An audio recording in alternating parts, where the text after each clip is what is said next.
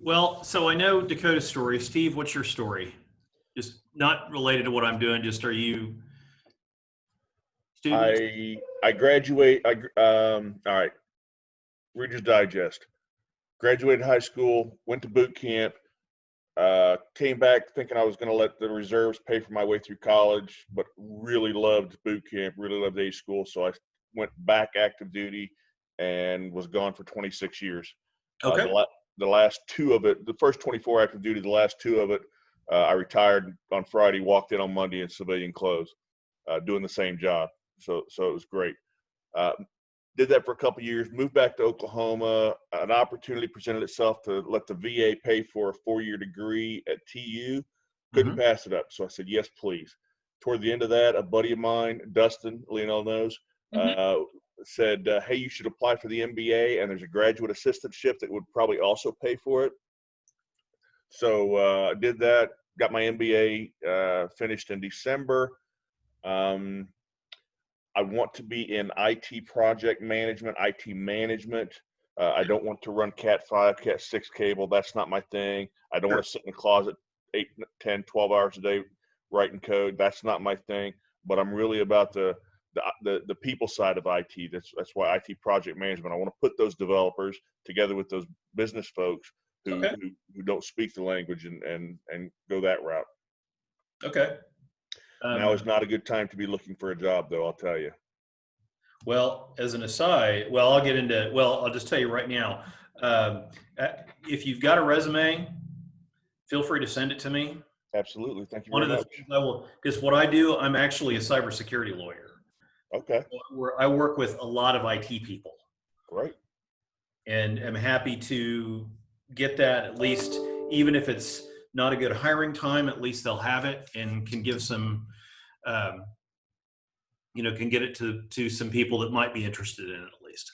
Fantastic. Thank you very much. I appreciate it. Certainly, certainly. Which that's a good segue into. I'll just briefly introduce myself to you and Dakota, and Lionel knows me and knows where I buy my clothes also, which is another story.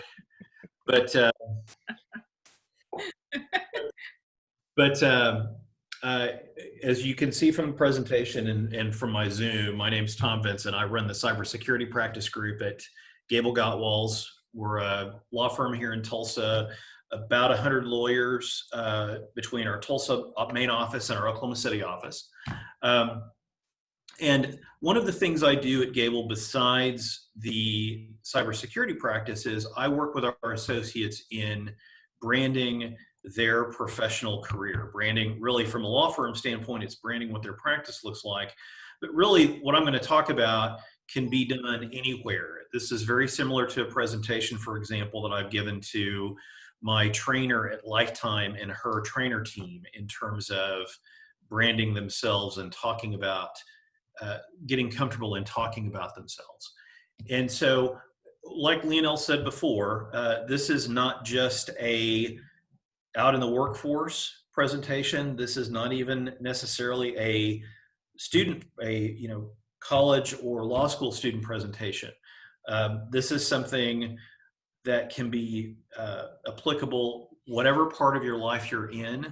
I can tell you, for me, having been laid off twice and having had 3 different careers now, somewhat related, I went through these sorts of steps in a much less organized fashion each time I made that transition. So with that, I'll go ahead and let's see, how do I do this? Let's see. Oh, wait, there we go. Do that. Okay. So what I'm going to talk about today is what I call embracing your blur. And the reason I call it that, very, very briefly, is when we hear a lot today, and I'm sure Lionel could tell you as well, when I was in college many, many years ago, there's a lot of this, there's the professional and there's the personal. And you don't want to blur the line because bad things can happen. Well, when it comes to who you are and what your career is, blurring that line can be very useful. And in fact, I say embrace it because it's going to happen. And so don't try to avoid it.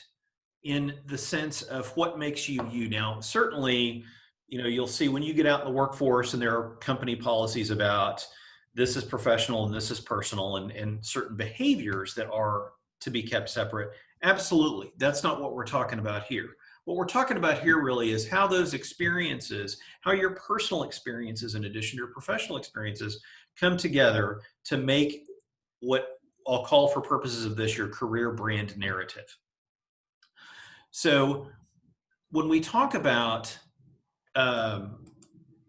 brand narrative, we're talking about the story of you, really the story of you. It's partly the story of your career, but it also kind of goes into what is it that makes you you? What is it that makes you do what it is that you do? And what it is that makes you do it in a particular way? So just a couple of brief brand narratives here. One of the elements that's important in a brand narrative or that comes up is, for example, quality. Lexus, for example, when they first came out with their car line, they had an issue that mandated a recall. Well, because they knew their customers were the kind that would tell other people about their cars, because this was the first year of a luxury car brand. And of course, anyone that's going to take a chance on that is going to want to talk about it. They made that recall process so painless for their customers that set them up with a reputation from the beginning of having quality service operation. Something else that may be part of your brand narrative, depending on what it is that you're going to be doing, could be exclusivity.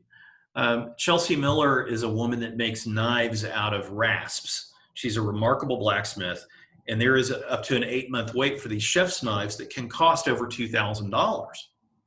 But when somebody gets that, they've put a lot of time into it, a lot of money into it, and there's just not a lot of them out there. And so that exclusivity comes across in the way that she makes her knives and the craftsmanship that goes into them. But again, ultimately, a brand narrative is just that. It is the story of your professional brand. And I use Southwest Airlines here because my father-in-law was a Southwest Airlines flight attendant for about, I don't know how long he was a flight attendant, about 25 years, I think. Died a few years ago. And we wanted to get some Southwest Airlines peanuts for him. He was a flight attendant for them and spent more time in his life handing out Southwest peanuts than doing anything else. And my wife went to the airport and said, "Hey, I need to get some Southwest peanuts." And they said, "I'm sorry, we don't have any." And they were really crushed because they knew her dad and they really, really liked him. So they called headquarters in Dallas and had peanuts air freighted up the next day for the funeral. And the next bullet is really key here. When we talk about branding, we talk about not only making your audience part of your story, but also making you part of their story. And what I mean by that is the second part of this Southwest Airlines story. So flash forward last year when family and I went to Scottsdale, Arizona, and we were flying on Southwest, and the gate agent looked like, and I can't remember if it's because they put it on their patch or whatever, looked like she'd been there for a while. And so I asked her if she knew my father-in-law.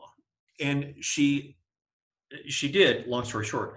But she just lit up and she told me the story I just told you, but from her perspective. She said, "I remember when he died, and I remember when you came in and asked us for peanuts, and I remember us getting you those peanuts, and I remember being at that funeral." So that is what a good brand can do, what a successful brand can do, is to connect your audience with you, not just as sort of your audience, but in effect, making you an audience to them, relaying your story. When we talk about your resume, which is a lot of what we're going to talk about today, that's like marketing material. That's the advertisement for Southwest Airlines or Lexus or Chelsea Miller Knives. It is something that it doesn't have to contain everything that you've done, but it should be consistent with what you've done, and it should accurately reflect that, because as we'll get into, it's not only what may get you in the door, but is something that can reinforce that brand of yours and help you get comfortable with it. So when we talk about a personal narrative, what is in that? Well, the two questions that I have asked myself, and there are lots of other questions that I ask myself, why am I doing this? Um, why am I still awake at night? Why did I pick out those shoes for this interview? Things like that. But at the heart of it, we're really talking about two questions. And I use the term professional here simply because we're talking about how are you shaping yourself to be someone who other people will pay money to provide a service. So the first question is really what kind of professional am I? And the substance of that is, what am I a professional in? So, Steve, for example, you gave a great example of both of these, so I'm gonna use yours here. So the substance of Steve is, from a professional standpoint, is IT. Now the style is, how do you apply that? Well, Steve, as you said before, you want to apply that in a personal context. You don't want to be a developer. I'm assuming that you're not interested in doing pen testing where you're secluded somewhere and interacting solely with the technology. You want to interact with the people. Yeah. So for you, that's the style, is the personal side of IT. And when you get to that, then you can when you get the answer to that first question, then you can kind of step back and take the next level dive, which is, what is authentic in that it reflects who I am? What is it that I can do that goes beyond that? And that gets to, for example, your values and your beliefs. And Steve, I'm going to use this as a hypothetical here. So for example, do you want to serve that IT role in an area, for example, that is a particular nonprofit or a social services agency? Are your values and your beliefs such that would guide you that way? From a passion and interest standpoint, is there a particular type of development that you're interested in doing? Are you interested in that user interface piece? That sort of project management where you're bringing in all the business lines? Or are you interested in, say, more a back-end database sort of development management, where you are really interested in connecting people with information? See, there's a couple of different ways to put those things together. And then also it comes down to your personality. Is your personality such that you want to be the core project manager that just works with your team? Or do you want to be in a position where you're actually the next level up, or the next level up, where you're liaising with your project management team with the actual corporate clients, let's say, if you're in a consulting firm, something like that, where you actually want to have that as what it is that's earning revenue. Lots of different ways to do that. But all of that comes together into what we call your whole self, and that's what's going to shape your story. And so when we get into the resume, it's important to understand what it is that you're putting down. Does your resume reflect the expectations of others? And what I mean by that is many people, and this is especially true for certain business lines, but also certain individuals, especially as Lionel, you can probably attest to this, women candidates, where traditionally, when in the years that I've been in business, there's an expectation that certain candidates play a more supportive role, or are expected to frame their achievements in a more supportive or collaborative way.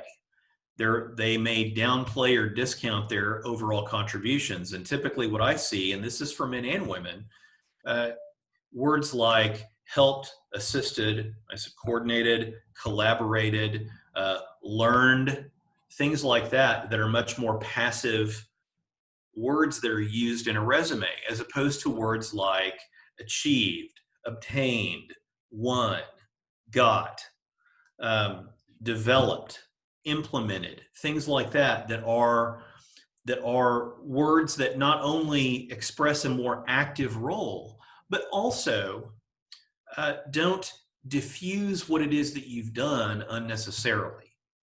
Yes, you worked with other people to make something happen, but don't give them the credit for what you did.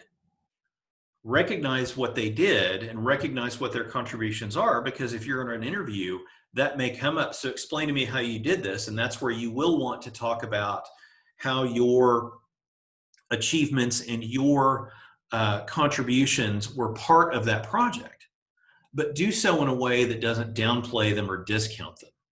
Yeah, and And like, sorry, not to interrupt, but I just wanted to say I see that a lot when I have students who have been interns who come back to school. So after the summer internship, and they have a project that they had to do and lead on, but they still assisted my work group, and so I see that a lot with the student expectation of no one's gonna think that I did this by myself, but that's why you were at that company, because you did this project. So just as a word to my students, like, don't downplay that either by using those words, because usually those intern projects are you are the only one working on it for your group. that's right. No, thank you, Lionel. That's exactly right. And that's why, there's a friend of mine, her name's Bernadette Beekman, and she's in New York, and she put together a career resource that I've leaned on myself personally as well. One of the things that she says is no one is going to care about your career more than you do. So don't do anyone a favor and not care about it, because there are people you talk to, people are going to review your resume. You don't know what's going to go through their minds, but don't do them a favor and discount yourself out of a job, because then it's one less resume they have to worry about, one less candidate they've got to talk to. There we go. Okay, so again, like we talked about, use the right words. Make that fulfill your own expectations, because it's about you. Include things that make you you. Include things that lead up to what it is that you're doing now. Again, we're talking about a story here. We're not talking about a fixed point in time or just a collection of achievements. Make sure to specifically identify what you've done. And what I mean by that is, when you use words like assisted and contributed and things like that, and helped and collaborated, a lot of that sounds like you didn't really do anything. It sounds like that, well, you were in a room while this was being discussed, but you didn't really contribute to it. I'm going to avoid the Hamilton reference there. But with respect to your accomplishments, put down, these are things that I did, and Dakota, I'm going to pick on you for a second. So what do you do at Brahms? I'm a grill boy. I'm on the grill. Okay. So you've got particular expectations of what it is that you do, and you're in an environment where there's a tight time frame and you've got retail customers that you have to satisfy, right? Mm-hmm. Okay. Right. So, I've worked with students in the past with retail experience, and unfortunately, I'm not saying you're like this, but a lot of them that I talk to say, oh, well, I just worked at Brahms, or I just worked at McDonald's. Well, you know what? I don't know that I could have handled working at a Brahms or McDonald's when I was in high school. And because I know from friends of mine that worked there what all was involved in terms of, dealing with retail customers is one of the hardest things in the world to do. I've done it, not in that context, but I've done it, and it's not fun generally, especially when you're dealing with customers where there's an additional expectation of time and accuracy. So when when you think about what you've done, those are some things that are important elements in what I do. I have to get projects right, and I have to get them done on time. And you've done that in a much more controlled and a much higher stress environment, really, than I have. So, that's the sort of thing where when you're talking about that experience, certainly don't downplay it, but get into the specifics of, this is what I had to do. Because the more that you can draw out those broad concepts, customer service, customer satisfaction, tight time frame, quality control, all of those things. Those are common elements in any job. And the more that you can recognize those, certainly for me, when I was a manager for 15 plus years at a bank, interviewing people to come work for me, that's one of the things I looked for was, does this person see how their prior experience feeds into the job that they're wanting to do now? Because again, just getting to what it is that you may be trying to do. In my role, I was looking for people who could recognize patterns. And if you can't recognize that pattern in your own life that you should be most familiar with, then you're not going to do as good a job, for me, at least in my perception. And so you're not going to get as high up in that pile as you might otherwise. So one of the things that you can do to help you with that, and this is not mine, this is Gail Cummings, who is a lawyer turned psychotherapist, who is a fantastic speaker. I got to see her at a conference last year or the year before, I forgot. I think it was last year. But one of the things she talks about is creating what's called a claiming credit ledger. In other words, have something where you write down everything you've done. And really, especially as you're going along, both in college or in your life, and you're seeing these things that happen, just sometimes the easiest thing to do is just open up a Word document and just keep it handy. And whenever something happens, type it in. Once you start working, easiest thing to do is, as you get like an email that says, hey, really appreciate your help with that project, just copy that and paste it into that Word document. It takes about 3 seconds. And so when you get to the point where you are, if you get to the point where you're wanting to look for another job or even advance in the job that you will have all of this stuff down to say, this is what I did.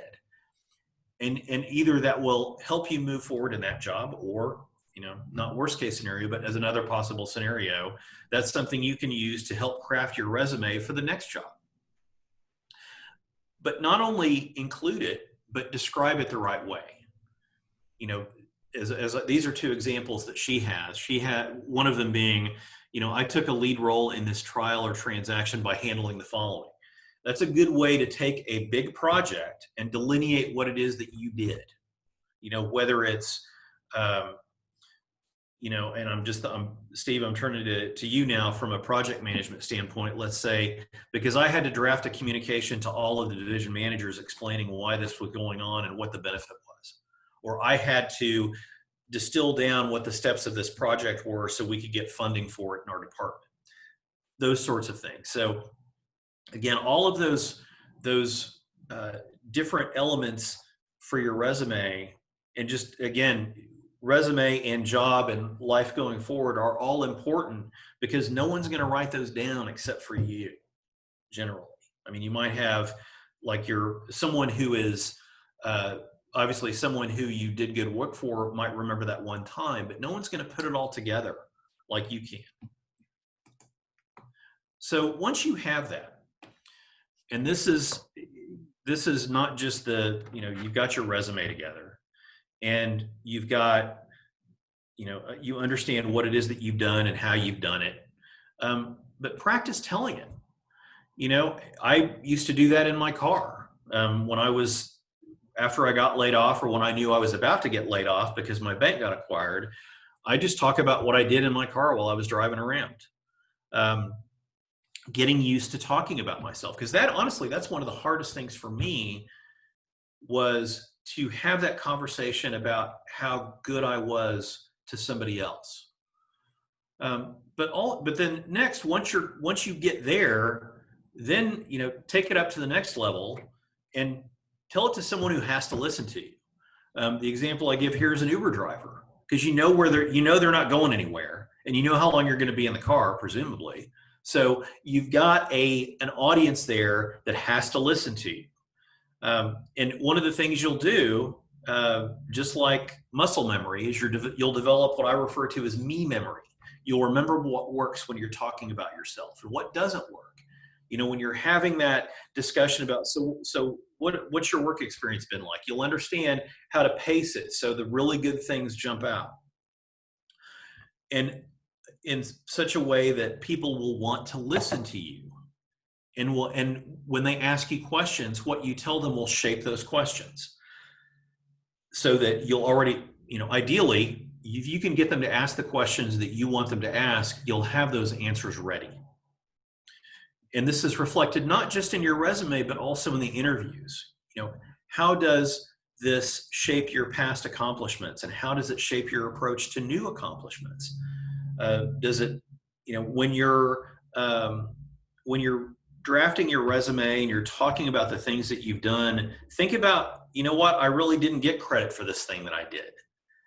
Regardless of whatever I put on my resume, is it something where I got a nice note from my boss, but the business line as a whole didn't understand what I did? So if they didn't, then one of the things you may consider is, as you're approaching those next tasks, those next projects that you're working on, look to increasing your visibility, look to making other people aware contemporaneously that you're involved in this and that you're a part of it. And the other thing that you'll be able to do is to learn how to improvise. You know, I'll give you an example. So my son is 14 and he's a fantastic piano player. When he was 7, 8 years old, he was playing some song about a balloon. And it's like some standard music school, you know, song that you learn chords with and everything. But in the middle of it, he started playing the Charlie Brown theme. And then he came back to the song. And he said, I said, "Hey buddy, that's great. What did you do? You just improvised there, you know?" And he said, "Well, the song was about a balloon, and I thought maybe the balloon was shaped like Snoopy. So he put the Charlie Brown theme in there, or Linus and Lucy to be specific, by Vince Guaraldi." But all of that to say that the more comfortable you are with your story, the more comfortable you can be, or you will be, to sort of depart from that a little bit and learn something new that may not necessarily be part of what it is that you're doing at first, but that you can make it part of that. So for example, Steve, I'll pick on you again. So you've talked about being interested in project management and IT. One of the other things that you might be able to do as your career develops, and that's what your focus in, is look at getting something like a Society for Human Resources Management certification. Because that's something that says, not only I've got these IT qualifications here, but also I've got some qualifications when it comes to dealing with people. So that's something else that might add, you know, another layer to that. Similarly, with respect to any activities you engage in outside of your career. So for, you know, the easiest one to start with is LinkedIn. When you're starting with LinkedIn, that may start with "Hi Regan."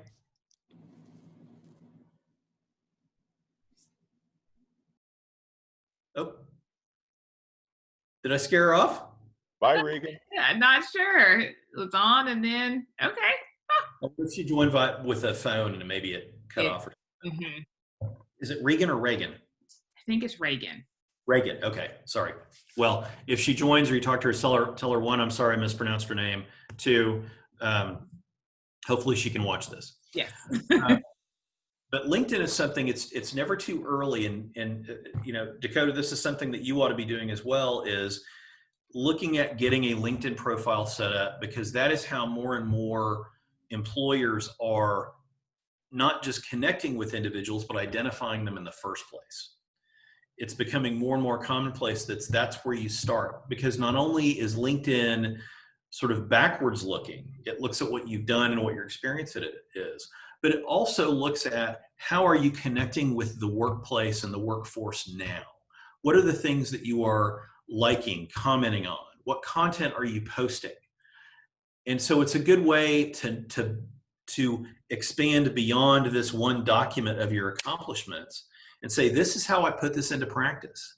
You know, Steve, are you going on and liking comments from Sherm, let's say? Are you commenting on them? Are you, you know, posting content about managing people in the IT context so that people can get a better idea of what it is that you do and what you want to do beyond just what's on that, you know, one or two pieces of paper. And that also comes to joining different professional or nonprofit organizations. You know, Steve, if you haven't talked to him yet, the Chief Information Security Officer for TU is a guy named Jonathan Kimmett. Do you know Jonathan? Have you talked to him? Met a couple of times. He gave us a couple of briefs in some of our classes. Okay. I highly encourage you to reach out to him. He is one of the kindest people I know, and he is one of the smartest people when it comes to information security and privacy, and has a lot of IT connections as well. But he can connect you with like ISSA, which is a security organization. And even if it's not something, you know, if security isn't your main thing, it's a good way to get in contact with that IT community. So there are other organizations like that you can get connected with, again, to connect with people who are similarly atypical when it comes to that. And, you know, as you'll see in that last bold bullet there, the stronger your story, the more comfortable you are with it, the more you can improvise and remain authentic, which means developing a new expertise. In the case of, you know, me, it's developing a new practice area. As I mentioned before, I run the cybersecurity practice area at Gable. We didn't start that area until 2015. But the woman that started it with me, both of us were strong in our own practice areas, and the way that we ran our law practices and the particular areas of expertise, that for us it was just a slight pivot. It wasn't a brand new thing. So this is really it for my presentation, but I'm certainly happy to answer questions or anything else while I've got you all on the phone. But I wanted to share this with you from a woman named Octavia E. Butler. And the one I want to focus on is habit is persistence in practice. As you do this, as you go along, and as you develop your story, your professional narrative, get used to it. Get used to talking about what it is that you do. Dakota, you may not really have an idea of what you want to do, or you may have your 4 years planned out. I don't know. But whatever it is, you know, get comfortable in thinking about it, and get comfortable in thinking about it in terms of your life and what it is that you've done that can shape that or that may be useful to it. You know, whether that's, you know, as Leon and I were talking the other day, that could be something as simple as, you know, playing bass guitar for your son's rock band. Done that. Attending sniper camp with Chris Kyle. Did that. Or, you know, yeah, more on that in a minute, Steve. I figured that might get your attention. Yeah. It got mine too, Steve. When he told me that, it got mine too. But, and I'm going to, I'll use that. I wanted to spend a little bit more time on that one. The other one I was just going to mention was, you know, even getting a tattoo of your wife's picture, which done that too. All of those I use in my presentations to talk about different elements of security and different things that I do, because they all can touch on it in some way. And I'll give you this is my sniper camp example. So for Father's Day some years ago, my wife's an attorney also. Her name's Rachel Blue, and she is a better person and has done more for the University of Tulsa than I could ever dream of doing. But she got me a slot in a special civilian sniper training camp. This was it was a prototype for a television show that one of her clients was going to do, where they took civilians and turned them into snipers. And it was me and 5 other guys at this place down in Athens, Texas. And we spent 3 days with Chris and some other people for his company, learning how to be snipers. basically. And as I told Lionel, personal best was 637 yards at a target about the size of a piece of toast. So getting there, though, one of the things that Chris said when he was teaching us to shoot was to aim small, miss small. And that's been used a number of times. It's in the movie The Patriot and some other things. But the idea being that the smaller you aim, the smaller target you aim at, the less likely you are to miss a bigger target behind it. And so what I tell my clients, and when I do my information security presentations, what I tell them is because I deal with data breaches, and data breaches or scams or things like that, and people just candidly, they feel like crap. They've either fallen for something or they made a mistake or whatever. And what I tell them is, these are some things you can do, hopefully, to keep that from happening. But if it's happened, these are things you can do to make yourself more secure in such a way that it's not a life-changing event or anything like that. So things like, rebooting your computer every week to make sure that your patches apply. Thinking twice before clicking on a link in an email that you're not expecting. Basic things that, again, these are not major changes. These are just small things, but they resonate with people in many respects because I use them in the context of me shooting a really powerful rifle. Is I have clients that I talk to about information security, and I'm talking to everyone from their chief executive officer all the way down to people in the mailroom or people that are, delivering goods for them. And they don't listen a lot when I talk about phishing and spear phishing and spoofing and things like that. I throw in a cyber story and it works out pretty well. So again, all of these things that you've done can contribute and do contribute more than you realize to that ultimate professional narrative that you may have. So with that, I'm happy to answer any questions or if there's anything you want some more information about that we've talked about, just let me know.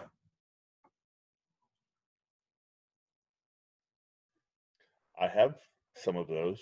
I mean, you would expect me to over the course of almost a quarter of a century. I deployed with Rob. Specifically is when you get your, and both of you actually, I'm on LinkedIn, feel free to connect with me. If you don't have a LinkedIn page, I would suggest that you get one started or get one set up. And Lionel, you've probably got resources to help them with that, right? Yes, so I have tons of resources. We'll sit down with you personally and go through it step by step. Yep, that's part of one of the services we provide. Yep. But I'm certainly more than happy to connect with both of you, and you can see, poke around my page and my connections and all of that, and see what it is that might resonate with you in terms of what it is, how you describe what it is that you've done. But like I said, it's become more and more sort of the default way that people get acquainted prior to any meeting or anything else like that. I can't tell you how many calls I've been on where that's what people do during the call is they'll look you up on LinkedIn. They'll connect with you. Yep. And especially in today's world where you don't have the opportunity for face-to-face networking, it's going to become more and more, and already has become more and more important to have that available. Totally agree. It was back in June, I was doing a presentation for our Association of Colleges and Employers, and originally it was supposed to be in Dallas, quick flip to do it virtually. And I'm sitting there presenting, and then I went on LinkedIn, and every single person in that Zoom had connected with me on LinkedIn. Mm-hmm. It's like, wow, okay, this is great. And so, yeah, it's definitely a great tool. Mm-hmm. Oh yeah. And like I said, more and more, it's become a lot more active mm-hmm. than it used to be. Because when I first got on years ago, this is a place you put your resume. Basically, yep. It's almost like an extension of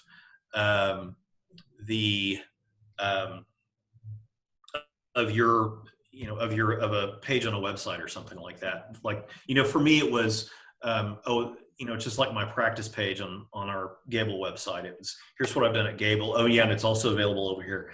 Mm-hmm. But it's shifted so much to the objectives. If you look at my LinkedIn page, and true confession here, I hired a professional to help me with it. She was able to work with me to get my narrative where it draws in not only the stuff that I do for the firm in a professional context that I get paid for, my cybersecurity practice and all of that, but I also do a lot of work in the DEI space. And she was able to work that in for me as well. So it fits with my overall narrative of what it is that I like to do. Mm-hmm. And Tom, I know we talked about, but you're available for resume reviews. Absolutely. I know LinkedIn and everything. So I am going to, actually, you could probably do it quicker than I could. Your email address in the chat for our attendees. Okay. What did I email you? You think I know it? So. Let me stop this. Okay. And here we go.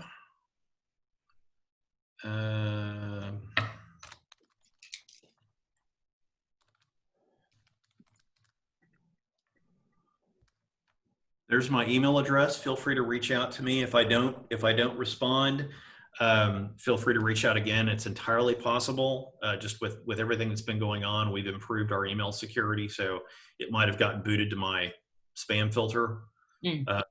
But please feel free to reach out to me. And the same goes for, if you're recording this and it's going to, whoever else watches this, send them to me also. I'm more than happy to help them. Will do, definitely. And so just for the recording, because they won't see the chat on the recording, I just realized T Vincent, T is in Tom, because that's your name, V is in Victor, INCENT at GableLaw.com.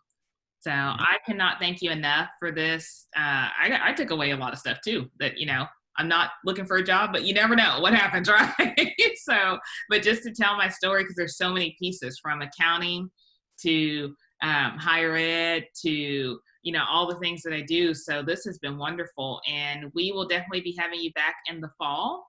I know, Dakota, I'm not teaching your class, but that first year experience class. So Tom, on Wednesday nights at 5:00. So we don't know if it'll be virtual yet, built in some way, maybe a mask, maybe some, some stuff. So are there any final questions or anything?